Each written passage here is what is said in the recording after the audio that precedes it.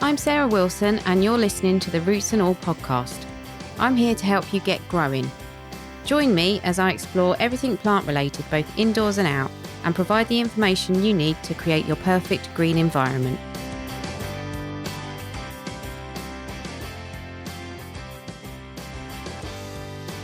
Hello and welcome to this week's episode of the podcast. This week's guest is Caroline Ball, author of a beautiful book called Heritage Apples. In normal circumstances, this week would have seen lots of events to celebrate Apple Day taking place across the country, but instead, I'm celebrating here on the podcast by delving into some of our lesser known and more historic varieties with Caroline. Plus, there's a very useful bit at the end where Caroline explains the mysteries of apple tree pollination. I start by asking Caroline the question, what is a heritage apple? The difficult ones first. Unlike antique silver, say, or veteran cars, there are no clear parameters that says one apple is a heritage variety and another one isn't. Modern varieties bred, say, since the war are pretty unlikely to be considered heritage by anybody, and varieties developed outside Britain, definitely not. Although places like the United States and Australia do have their own heritage or heirloom apples, and but they're quite different from ours because they've been bred in those countries. So it's historic sounds as though they're too wrinkled looking, but any of the classic, particularly those that were bred in the 18th and 19th centuries. Right, okay. I was going to throw you another curveball then, actually. You may know the answer or you may not. But what is the oldest variety that we know about from the UK? Well, in the National Fruit Collection, which is at Brogdale over near Maidstone in Kent, which is like a living library of all the varieties in this country, there is one called the Decio, which is said to have come over with the Romans. Not a lot of paperwork to prove it, but theoretically, that I guess would count as the oldest. But there are quite a few, like Catshead and so on, which go back to medieval times and are still with us. So what made you write the book? I got enthused by an extraordinary, beautiful book called the Herefordshire Pomona, which was compiled in the 1870s and 1880s by a little local naturalists club in Herefordshire called the Woolhope Naturalists Field Club, and they still meet and thrive even today. And they were worried about the apples that they were seeing out on their walks, but weren't available in the shops. So they thought they would promote local apples, which they did. They had shows and so on. And then they thought, let's compile a pomona. Now, you probably know that Pomona is the Roman goddess of the orchards. And just like you have a florilegium for flowers, a beautiful flower book. So at that time, pomonas were very popular and beautifully illustrated books of fruit. So they started off, and it was all very modest to begin with, and then they got more excited and more ambitious. And so after several years, this pomona ended up as, I think, 7 volumes, very large format, over 400 apples and pears in them, detailed descriptions about each variety. And these descriptions are still used today to help identify lost varieties. But it's the paintings which are so lovely. And they were done by 2 young women. One of them, Edith, was the daughter of Dr. Henry Bull, who put together the whole pomona, and who was an amazingly energetic man. And she and a woman called Alice Ellis, who was a very talented watercolourist and who trained in London at the Bloomsbury Art School, except for, I think, 1 or maybe two of these apples and pears, they painted them all. And so I've always, I'm a great gardener and I've always grown fruit, but I was captivated by these volumes when I first saw them. And so discussed it with Bodleian Publishing, and we came up with the book. And how accurate are the illustrations? I'm guessing very, if people are still using them for identification purposes. Yes, very, basically. I mean, apples do vary hugely, but these mostly were painted from life, from the show bench. So, and done, over many years, 7 or 8 years, I think it took to put the whole pomona together. But they're actual apples rather than being, say, a composite. If you look in a bird identification book, usually you get the perfect bird posing nicely, like you never see them. But because they are, I mean, there's one apple there called Best Pool, and it's got really rather unattractive blotches over it. Well, not every Best Pool looks like that, but the one that they painted did. So that's what it looks like in the book. Yeah, I love that they captured them, warts and all. Yeah. It's great. So why should we grow heritage varieties, or why should we care about them today? Well, two reasons really. One is completely selfish, and the other is rather more altruistic. The selfish reason is there are so many apples out there that you just can't buy in the shops.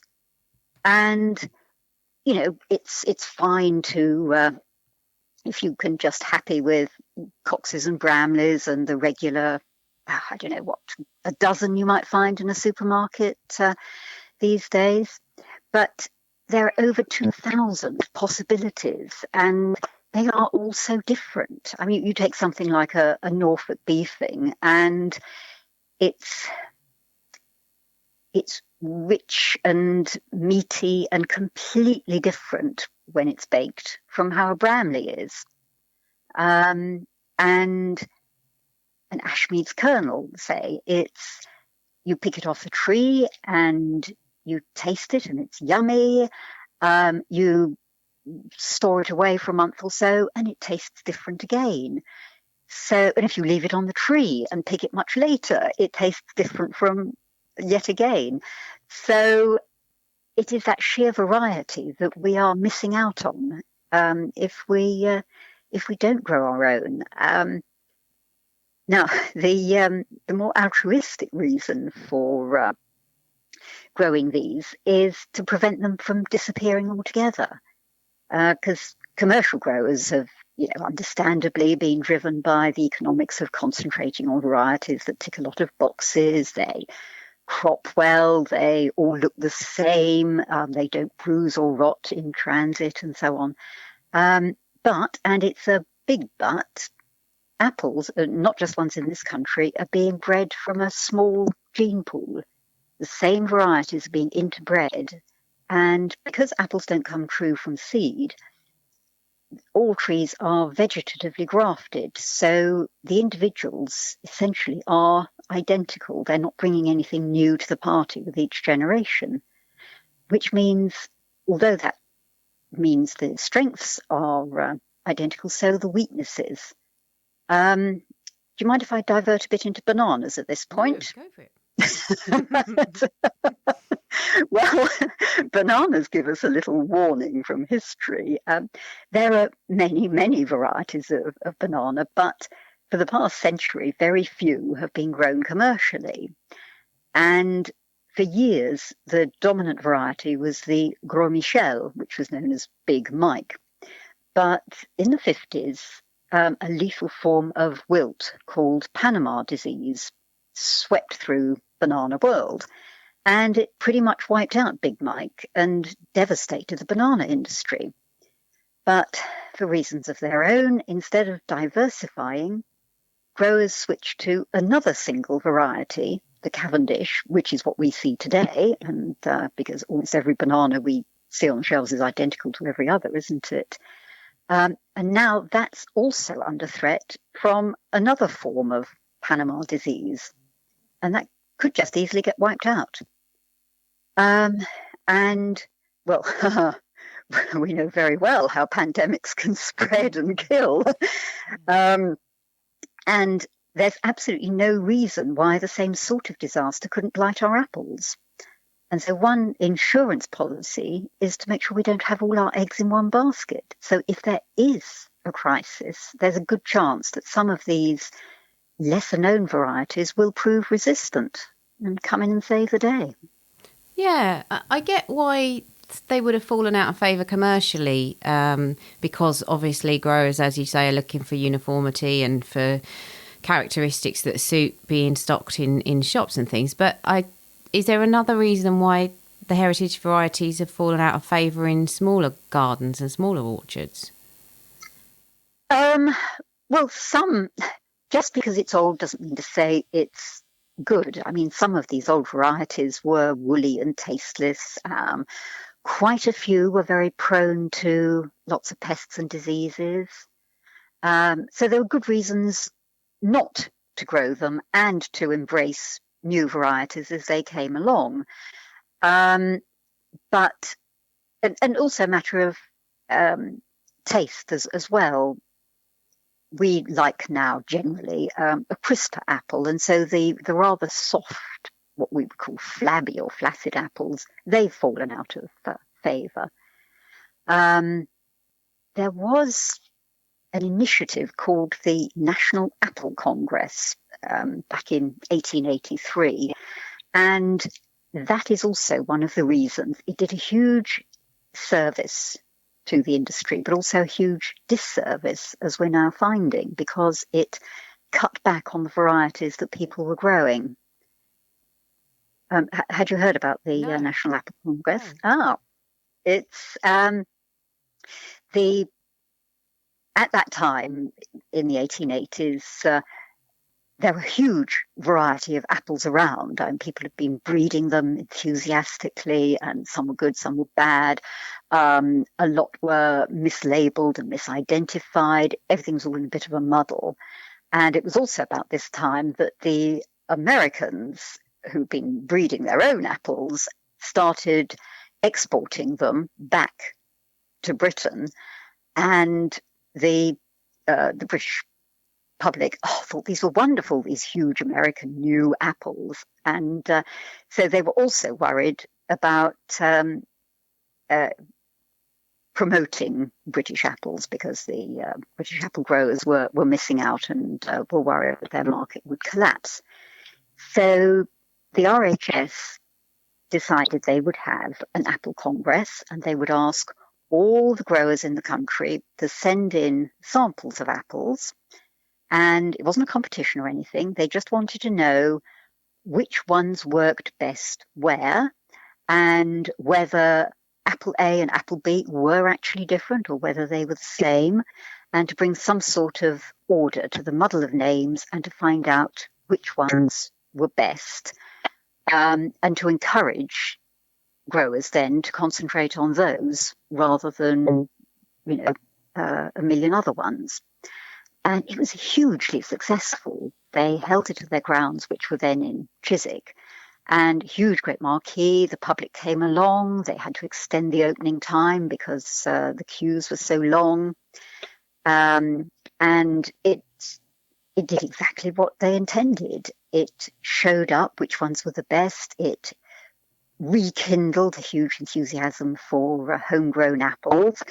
And a committee of judges drew up a list of the 120 top apples, 60 dessert and 60 cookers. And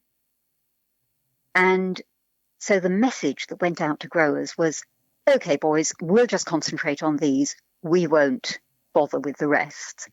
And so at that point, all those that didn't make the cut really weren't considered worth growing at all. That's interesting. I would have guessed that process of selection was to a degree subjective. So, it makes you wonder how accurate that kind of top list was? Oh, of course, yes. Quite subjective, although it wasn't as though it was one person's taste. No. And it was a lot of considerations that the same apples grown in different parts of the country. And one of the apple that came second in the desserts was Cox's Orange Pippin, which of course, is still very highly regarded today.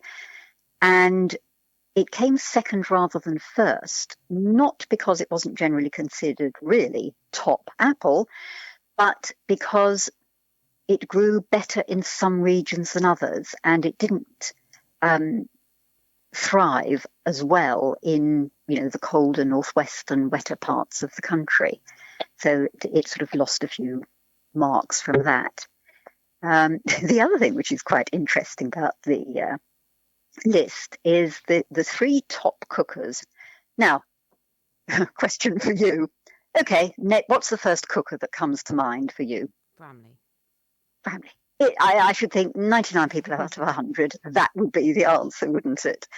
The top three out of the Congress were Lord Suffield, Dumoulin Seedling, and Keswick Codlin. No mention of Bramley. It was well thought of. It got an honourable mention, but wasn't considered in the top 60 even.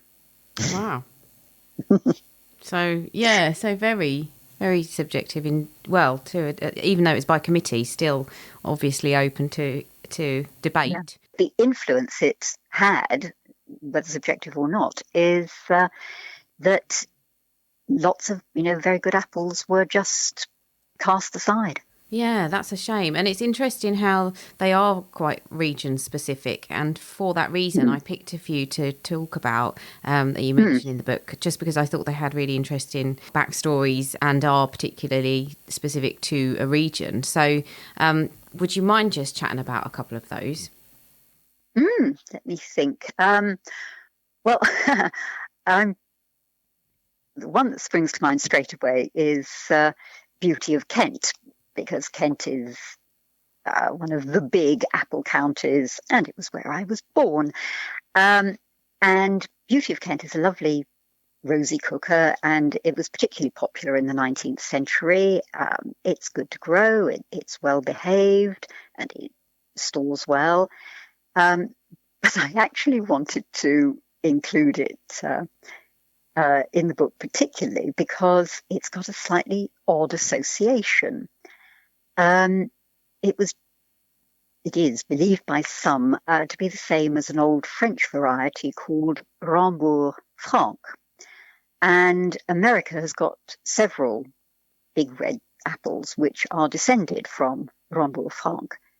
And there, Rambourg has become Rambo. Now, when I was, you can see what's coming, can't you?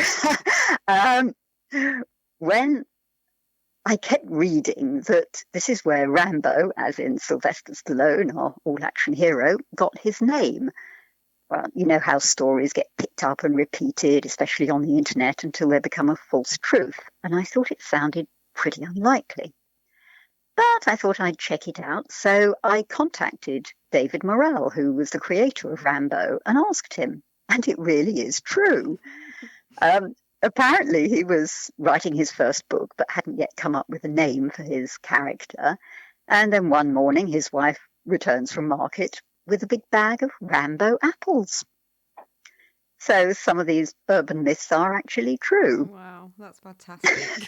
I love that you went the extra mile and actually wrote to the guy that wrote it. Well, I was so pleased he got back to me, because I would have left it out of the book otherwise. And the other one that I love the name of is Catshead, and I also love the shape of it. I mean, it's just really unusual. Is that particularly historic? Oh, yes, it's a very old variety. Indeed, it probably goes back to the time of the Tudors.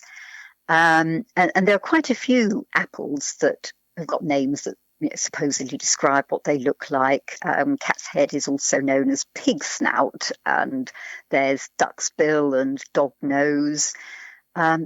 I mean, you do have to use your imagination a bit, but I think these apples got their funny animal names because instead of being, if you imagine cutting one through as a cross section, instead of being round, they are rather ribbed. And so where these ribs gather at the end opposite from the stalk, it does look a bit like a pointy animal nose.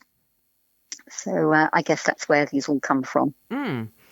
And going up to the sort of other end of the country from Beauty of Kent, can you just chat very briefly about Oslin as well? Oslin's a real oddity. It's a Scottish apple, although it probably came over from France originally, maybe with French monks, but it's now considered Scottish through and through. And it's specifically associated with Arbroath. In fact, you often see it called Arbroath Oslin or Arbroath Pippin. And if you go up to Arbroath, there are Oslins planted near the Applegate, which is close to where Arbroath Abbey's orchards were once planted.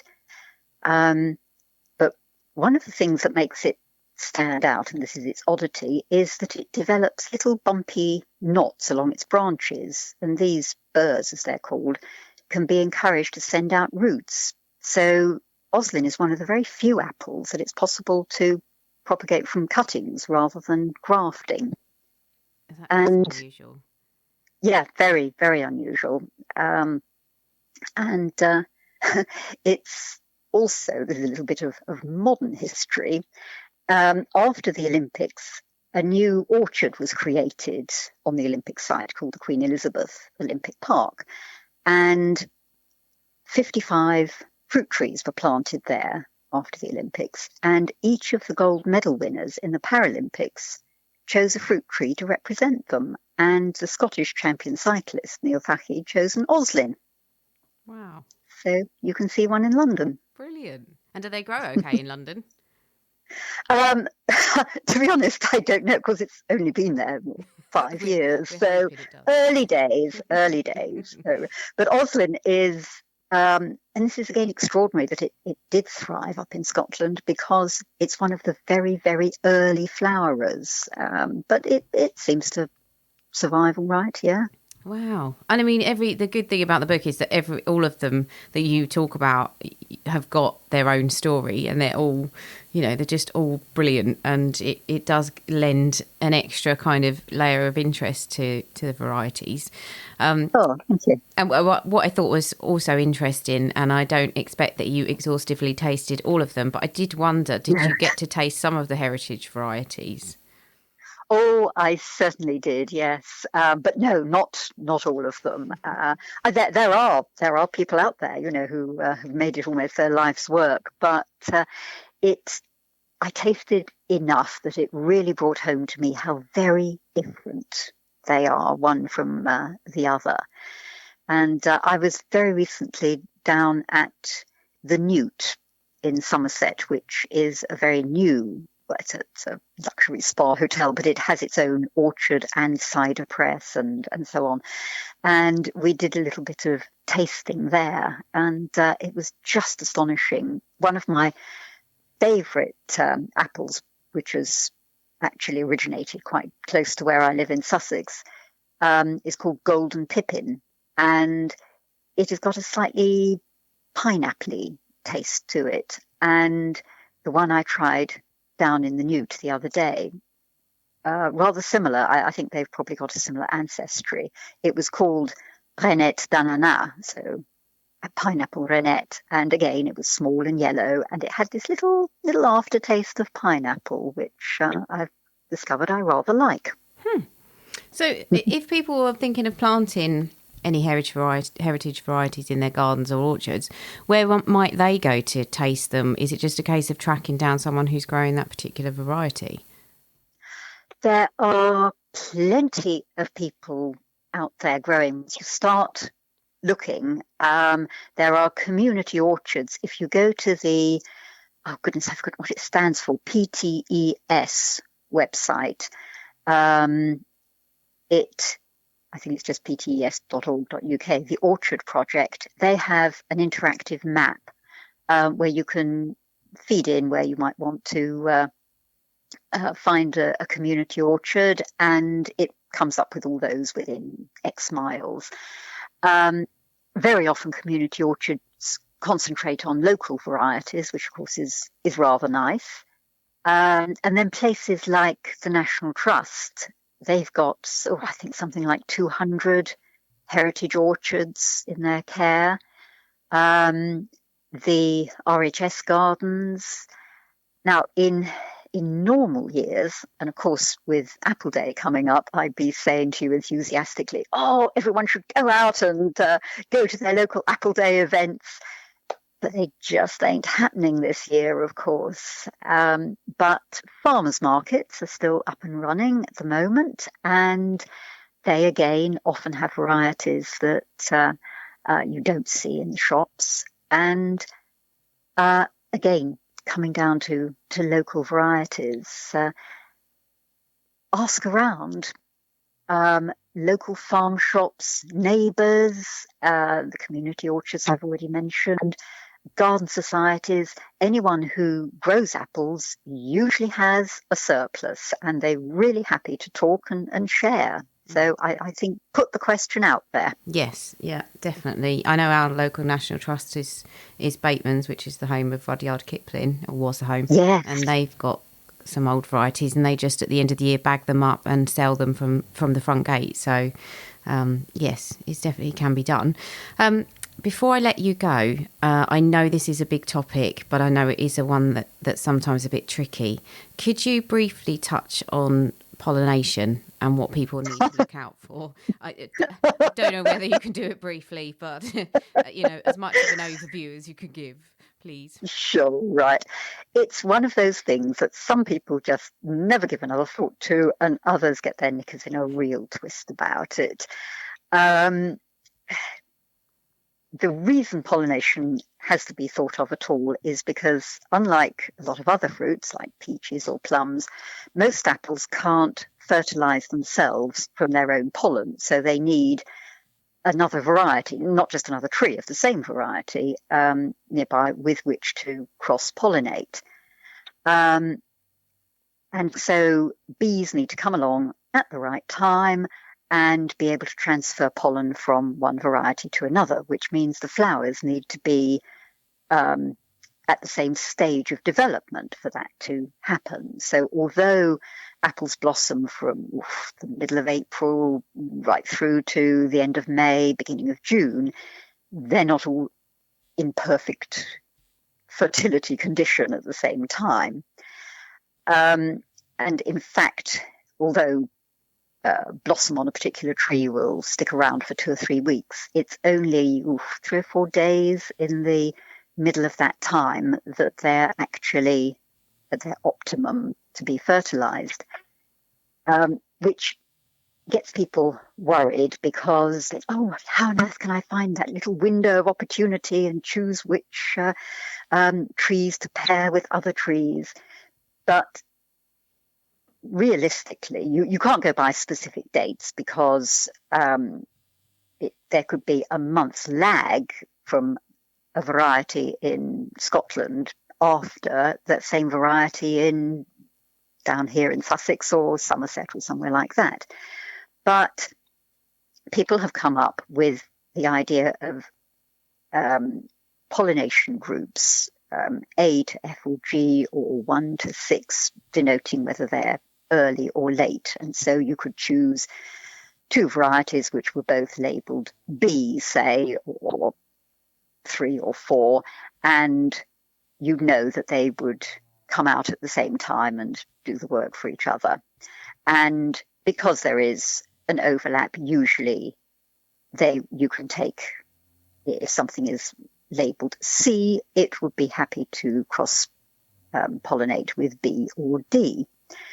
Well, so far so good, but these classifications are not really cut and dried, and so you'll find one supplier calls his a B and somebody else might call it 2, or they might call it a 3, or it might get labelled B/C. And there's a total of 7 groups that people have devised, and then other people have said, no, it's only early, middle, late, that's all you need to know. And then somebody else comes along and mentions triploids, and triploids are apples which have 3 sets of chromosomes rather than just the usual 2. So they need 2 different pollinators. And it's at this point where you begin to go off the whole idea and reach for a large drink. But in real life, most of the apples fall into a middle category, and they flower pretty much in the middle of the blossom season, and they overlap quite satisfactorily. So even if you're only growing a single tree, there are probably other compatible apple trees, in neighbours' gardens or in a local park. And crab apples can also be helpful with pollination. So it's unlikely that you're going to be in a very isolated position. If there are no other trees around, then yes, you will need to provide your own, to have at least 2 or ideally more for cross-pollination. More likely is it becomes a question if you've got one which flowers either very late or very early. There's a lovely old variety called Courpont du Plat, which often waits until June until it flowers, by which time all the other apples that might be around it have already set their fruit. But that is an exception, and usually it's the early flowering, I mentioned Oslin earlier, that are more of a problem, because not only are not many other apples around, but there aren't many pollinating insects around as well early in the year. So if you have set your heart on something that is very early flowering, then it is worth doing a bit of homework to find another variety that is likely to be out at the same time. There is the option of there are self-fertile or partially self-fertile varieties. They're inclined to be the newer rather than heritage apples. And even then, it's better, you'll get a better crop if you can pollinate from another tree rather than relying on the pollen from the same tree. You can get things called a family tree. You've probably come across them, where 2 or 3 varieties are grafted onto a single trunk, which seem like an answer from heaven if you've got a very, very small garden. But I have found that as the tree matures, and unless you're very careful and assiduous with the pruning, and of course pruning is a whole other subject we won't go into now, one variety is inclined over the years to dominate, and the others just die back and give up the ghost. Right. Having said that, there is a man, in fact lives just down the road from me, who hit the news a few years back because he had successfully grafted, you ready for this, 250 varieties onto the same trunk. Wow. Yeah, I don't think he had a problem with pollination. So if in doubt about pollination, just graft yourself 250 varieties onto one tree. And in case you're wondering, the gardener who did that was Paul Barnett from Chidham in West Sussex. Many thanks to Caroline for talking about apples, and thanks to you for listening. To finish, here's Dr. Ian Bedford talking about those long-legged lolloping wallies that have been flying into me both indoors and out for the past few weeks. Leather jackets are what we call the soil-dwelling grubs of long, dangly-legged flies known as crane flies or daddy longlegs. The grubs are tubular, greyish-brown in colour, and have no legs or visible heads. They develop from eggs that the adult crane flies usually lay into lawns at the end of summer, and throughout autumn the young leather jackets feed on grass roots before hibernating underground over winter. Come spring, the leather jackets resume feeding, often causing unsightly patches of dead and dying grass across the lawn before they pupate in mid-summer. After a couple of weeks, the next generation of adult craneflies emerge to mate and then reinfest their eggs back into the lawn. An interesting fact is that whilst leather jackets are developing within a lawn, they live in vertical shafts. When the weather is dry, they are at the bottom of the shaft, but when wet, they are at the top. Birds such as starlings and crows love to eat leather jackets, so by keeping your lawn regularly watered during the summer months, the grubs will always be at the top of the shafts and within easy reach for the birds. You can download or listen to the podcast direct from the website www.rootsandall.co.uk, where you'll also find my blog and a sign-up form for the newsletter, which gives you a weekly roundup of content, plus the inside scoop on things like upcoming guests. Or you can subscribe wherever you normally get your podcasts. Email me with comments and feedback at podcast@rootsandall.co.uk. Follow me on Twitter, Roots and All, Facebook, Roots and All UK, and Instagram, Roots and All Pod. But please also check out my Patreon, where you can make a one-off donation or take out a monthly subscription to help support my work, because if you like what I do, please help me to continue doing it. Even if you make a one-off donation of £1, trust me, it all helps and I will be immensely grateful. So please go to Patreon and search for Roots and All.